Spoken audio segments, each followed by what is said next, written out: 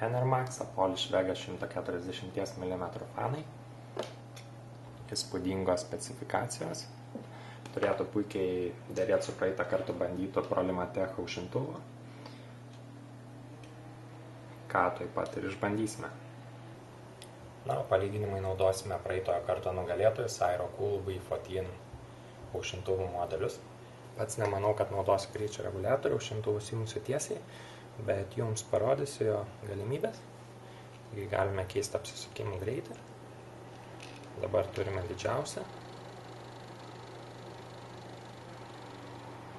vidutinį ir minimumą.